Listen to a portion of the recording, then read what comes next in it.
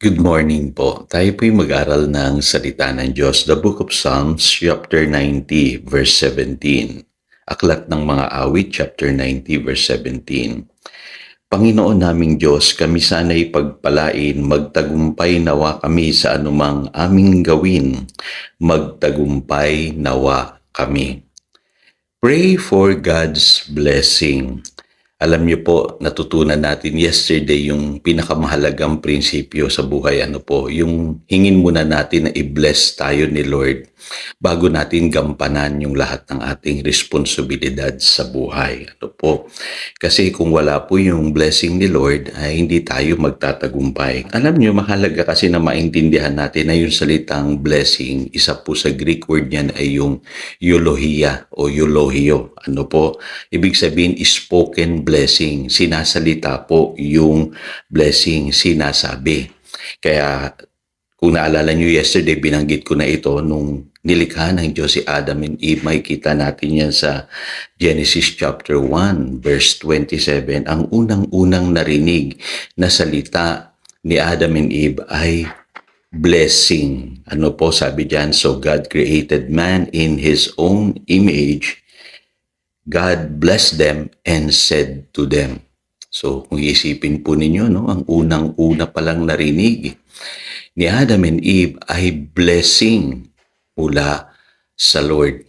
Kasi alam ng Lord kailangan nila ito para maganap nila yung kanilang tungkulin o responsibilidad dito po sa mundo. Kaya alam niyo po, pag nagsalita ang Lord, blessing po yan. Kaya sabi ng Panginoong Hesus sa John chapter 6, verse 63, the words I have spoken to you are spirit and they are life. May taglay-taglay na buhay. When God speaks, there is life. Sabi sa Proverbs chapter 4, verse 20 to 22. Kaya maintindihan nyo na bakit bless yung taong nagdidwell at nagdidelight sa salita ng Diyos. Sabi sa Psalm chapter 1, verses 1 to 3. He is like a tree planted by streams of water, which yields its fruit in season, whose leaf does not wither. Whatever he does prospers. So ibig sabihin, malinaw na binibless ng Lord yung mga taong nagdidwell, nagdidelight sa kanyang salita. Kasi po, ang blessing nang gagaling po sa Diyos sa pamamagitan ng kanyang salita. Kaya dapat ipanalangin natin na i-bless tayo ng Lord. So, along with obedience and faith sa salita ng Diyos, pwede nating hingi na ang Diyos i-bless yung ginagawa natin, to bless the work of our hands. So, sa Deuteronomy chapter 28 verse 12, ang sabi diyan, the Lord will open the heavens, the storehouse of His bounty, to send rain in season and to bless all the works of your hands. So, malinaw po. Kayang pagpalain ng Lord yung mga ginagawa natin sa pamamagitan kasi ng blessing ng Lord na a-accomplish natin ang lahat sa ating buhay.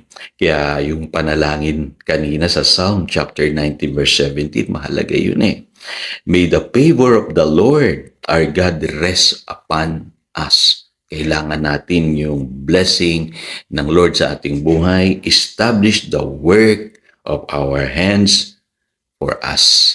Lagi nating hihingiin ang blessing ni Lord sa lahat ng ating ginagawa.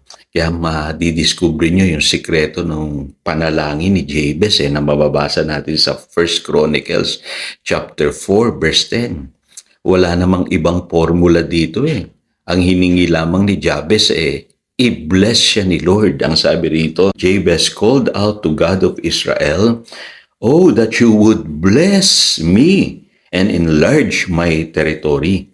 Let your hand be with me and keep me from harm so that I will be free from pain. And God granted His request. So, nawa naintindihan natin ngayon na napakahalaga na we should pray for God's blessing sa lahat ng ating ginagawa. Tayo po'y manalangin. Dakilang Diyos, salamat po sa iyong kabutihan sa amin. Ikaw pong nagbi-bless ng buhay ng tao. And today, hinihingi namin na i-bless mo kami maranasan namin na mag-umapaw ang pagpapala sa aming buhay at maintindihan namin na ang lahat ng tinanggap namin ngayon at tinatamasa namin ngayon nagmula sa iyo dahil ikaw ang Diyos na mabuti. Salamat po. Yan ang aming panalangin in Jesus' name. Amen. Again, ito si Pastor Jojo nagpapaalala upang daluyan tayo ng pagpapala, manatili tayo sa kanyang salita. Good morning.